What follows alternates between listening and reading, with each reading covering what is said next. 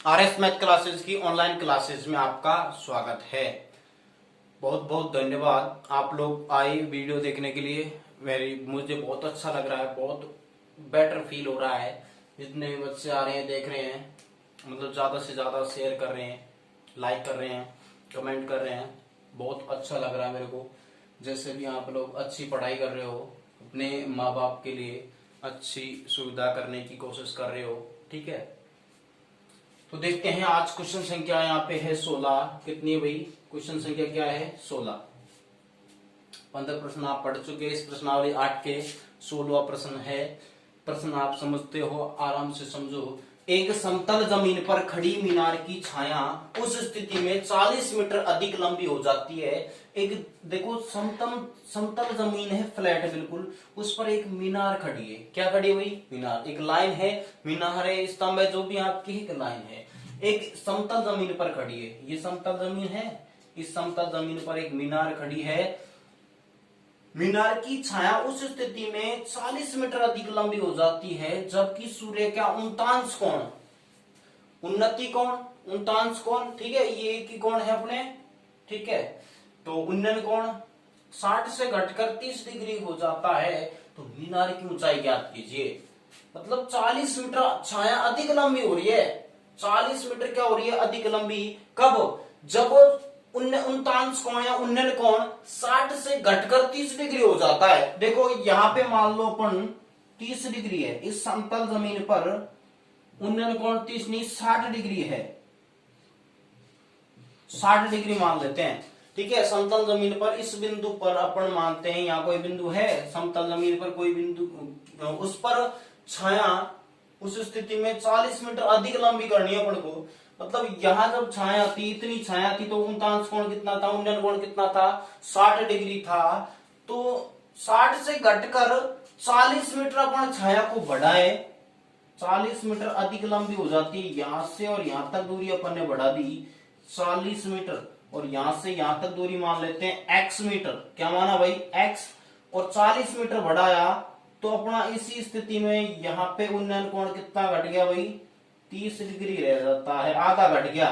उन्नयन कोण कितना घट गया भाई? 30 डिग्री, ठीक है। घटेगा तो कम होगा और बढ़ेगा तो ज्यादा। यहाँ पे कितना?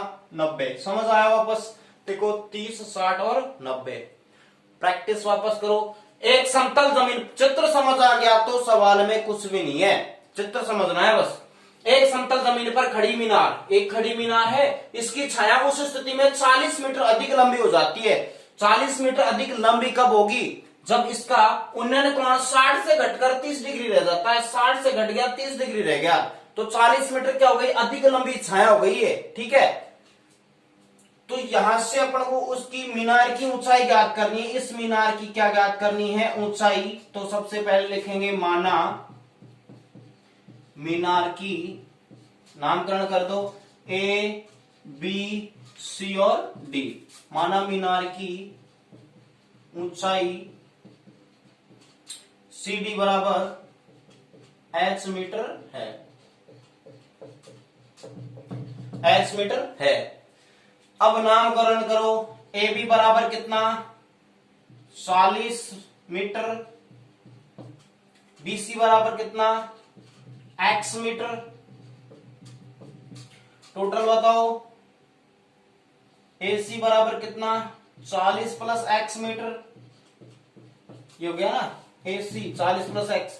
इसके बाद कोण बताओ, कोण सी A D, C A D कितना? 30 डिग्री।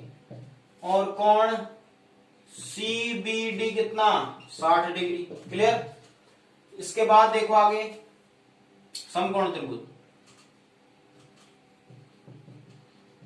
समकोण त्रिभुज छोटा वाला ले लो पहले। ये 60 बड़ा कोण है लेकिन त्रिभुज छोटा, छोटे त्रिभुज को देखो, समकोण त्रिभुज सी बी डी से, सी बी डी से क्या लगाएंगे? Tan theta. टेन थीटा क्यों लगाया? लंब बटे आधार, ये आपको दिया हुआ है, लंब आधार मान लिया अपन ने। टेन थीटा, थीटा कितना भाई? 60 degree. Ten 60 degree, ten 60 degree, लंब कितना? h और आधार कितना? x। tan 60 का मान होता है √3 बराबर h बटा x।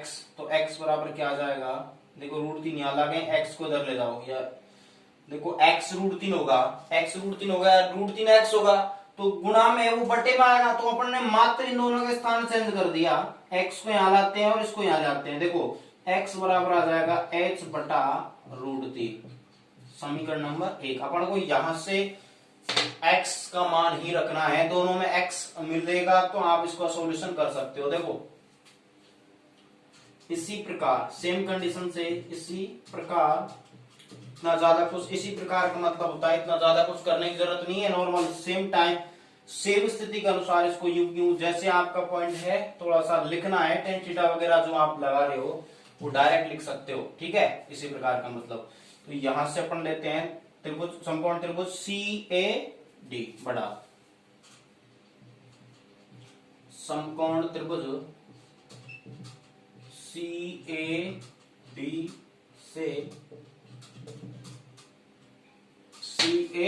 से क्या लगा रहे, वही tan थीटा, थीटा कितना 30 डिग्री, छोटा त्रिभुज बड़ा है लेकिन कोण छोटा है, tan 30 बड़े वाले त्रिभुज में। इसके बाद में लंब कितना h और आधार कितना है, आधार पूरा है 40 प्लस x, यहां से यहां तक है 40 plus x, total 40 plus x। tan 30 का मान क्या होता है 1/√3 बराबर h बटा 40 प्लस x, वह गुणा करो 40 प्लस x, 1 से गुणा हो तो क्या आएगा 40 प्लस x बराबर, और √3 को s से गुणा करेंगे तो √3h। तो यहां से आप देख सकते हो जो ये कंडीशन आपकी है, x बराबर आप रख सकते हो, यहाँ पे रखें तो x का मान रखने पर, x का मान रखो तुरंत, तो 40 प्लस x का, या ऐसे करो पहले x का पक्षांतरण कर देते हैं अपने यहाँ पे, √3h माइनस x। अब x का मान रख दो, एक ही बात है, उसी का पक्षांतरण करते, लेकिन यहाँ पे सॉल्यूशन इसका कर देते हैं 40 बराबर √3h माइनस x, और x की जगह अपन रख देते हैं मान अब h बटा √3, h बटा √3 समीकरण 1 से मान रखने पर लिख देना यहाँ पे समीकरण 1 से, ठीक है, समीकरण 1 से यहाँ पे रखा अपन ने h बटा √3 x की जगह, ठीक है, यहां x की जगह 40 बराबर, यहां क्या लेंगे अपन, कॉमन आ रहा है h कॉमन आया ऊपर, तो अपना बचा √3 माइनस 1 बटा या √3। देखो h कॉमन लिया तो यहाँ √3 बचा, माइनस 1 बटा √3 बचेगा, तो 40 बराबर h, यहाँ पे देखो लघुत्तम लो √3, ऐसे √3 लिया, √3 में देखो एक का भाग दिया, √3 को √3 से गुणा करके क्या आएगा 3 माइनस 1, √3 का √3 भाग एक बार, 1 को 1 से गुणा करेंगे तो 1। तो यहाँ पे अपन कह सकते हैं, मिटा देते हैं आगे,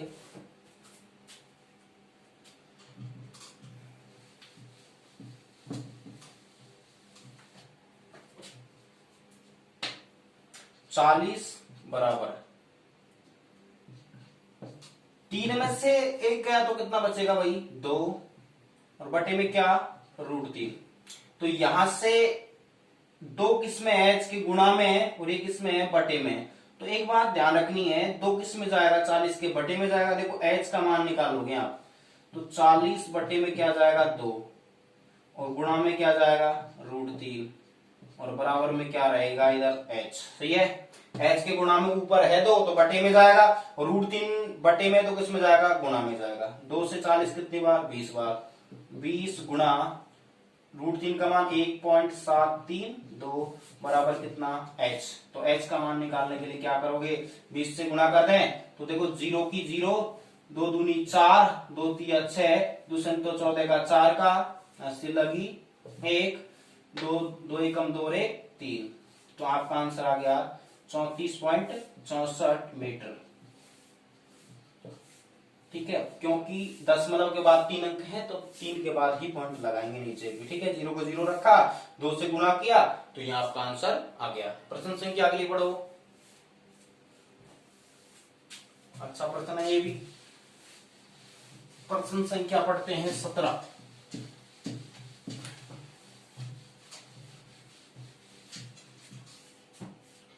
प्रश्न संख्या पढ़ते हैं 17। क्या है?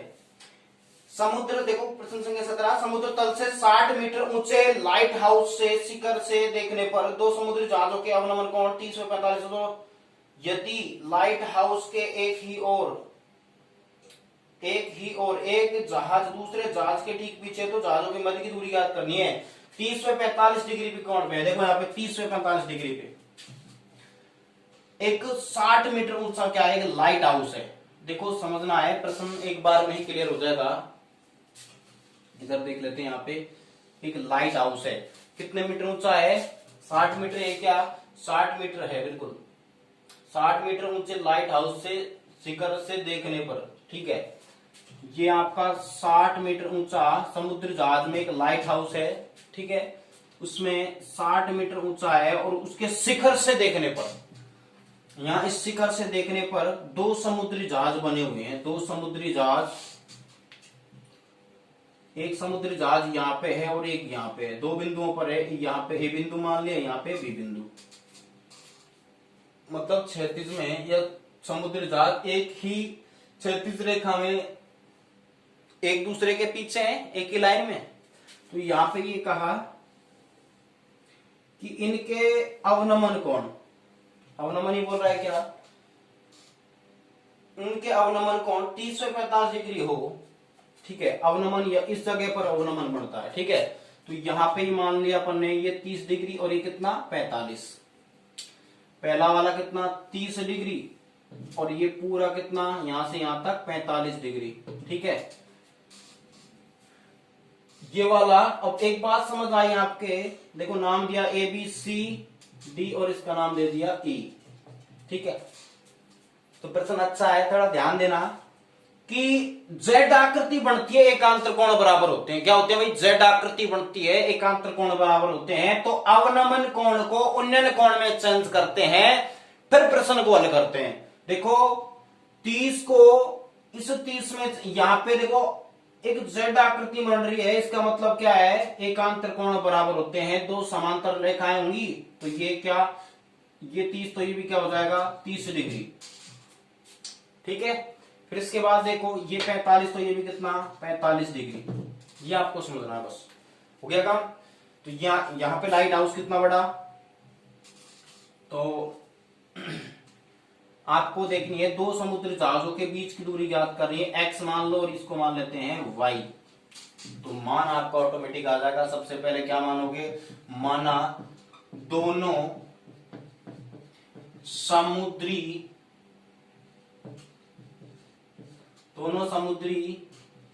जहाजों के बीच की दूरी x मीटर है। क्या है? x मीटर है। देखो x मीटर अर्थात ए बी बराबर कितना, ए बी बराबर x मीटर। इसके बाद BC क्या माना, कोमा BC बराबर अपन ने मान लिया y मीटर। BC बराबर क्या माना भाई? y metre. इसके बाद CD क्या है? 60 मीटर। अब यहां पे देखते हैं एक बार कोण दर्शाने के लिए। देखो सबसे बेस्ट तरीका क्या है, कोण को बताना। आपको एकांतर कोण बराबर होते हैं, ये लाइन तो आप लिखोगे, लेकिन कब लिखोगे? तब पहले आपको पता होना चाहिए ADE, कोण ADE, डी कोण, ये वाला कोण 30 डिग्री कब होगा, और ये कोण भी बताना है। फिर ये 30 तो ये वाला 30, CAD, कोण CAD बराबर कितना 30 डिग्री। क्यों? एकांतर कोण बराबर होते हैं। एकांतर कोण, चूंकि एकांतर कोण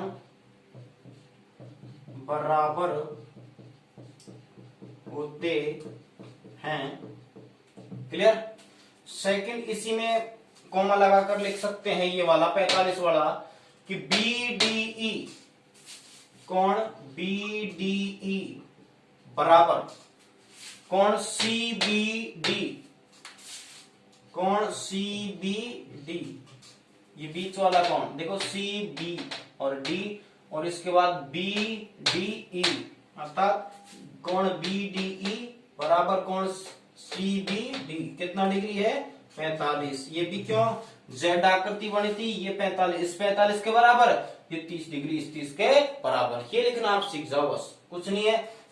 क्यों लिखा भाई, क्योंकि एकांतर कोण बराबर होते हैं। लाइन ये भी लिख सकते हो आप कि अवनमन को उन्नयन कोण में चेंज करते हैं।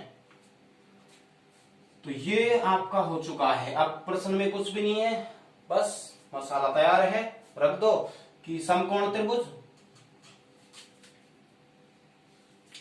चलो यहीं से लिख देता हूं, समकोण त्रिभुज,